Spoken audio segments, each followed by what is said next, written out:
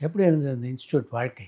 பக்கத்தில் catering technology, இந்த ஓரத்தில் வந்து கடைசியா வந்து உமன்ஸ் பாலிடெக்னிக். அங்கே வந்து ஒரு 12 இன்ஸ்டியூட் இருக்கும். அந்த 12 இன்ஸ்டியூட்டில் ஒரு இன்ஸ்டியூட்டு தான் ஃபில்ம் இன்ஸ்டியூட்டு.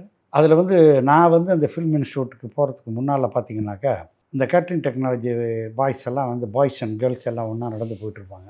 எங்க இன்ஸ்டியூட் பாய்ஸ் வந்து அந்த ஆக்டிங்க்காக இருக்கக்கூடிய கேர்ள்ஸ் கூட போனா, மத்த இன்ஸ்டியூட் ஸ்டூடண்ட்ஸ்க்கெல்லாம் பொறாமையா இருக்கும். ஆ. அதனால சண்டை வரும். பஸ்ஸில் போம்போது அடிப்பாங்க. பட் நான் வந்ததுக்கப்புறம் என்னன்னா, எனக்கு பேசிக்காவா எனக்கு ஒரு ஏதாவது ஒரு பிரச்சனைனா உடனே இறங்கி நம்மளால முடிஞ்சதெல்லாம் காமிச்சோன்னே பார்த்தா, எல்லா இன்ஸ்டியூட் ஸ்டூடண்ட்டுக்குமே நான் வந்து ஒரு நல்ல டான் ஆயிட்டேன். ம்.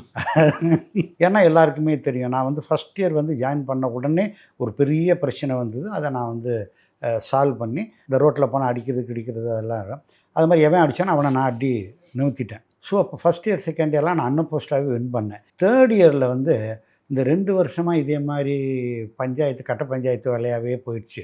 தேர்ட் இயர்ல ஒழுங்கா படிக்கணும்னு சொல்லிட்டு, நான் வந்து எலக்ஷன்ல நிக்கலன்னு சொல்றேன். அப்போ என்னைய ஆபாவாணனும், அரவிந்த் சாரும் பெசன்ட் நகர்ல கூப்ட்டு அவங்க வீட்ல உட்கார வச்சு, "ஏங்க நீங்க வந்ததுலேருந்து தான் இன்ஸ்டிடியூட் ஸ்டூடண்ட்ஸ்க்கு ஒரு மரியாதை இருக்குது. எல்லாருமே வந்து ஒரு தைரியமா போறான், வரான்.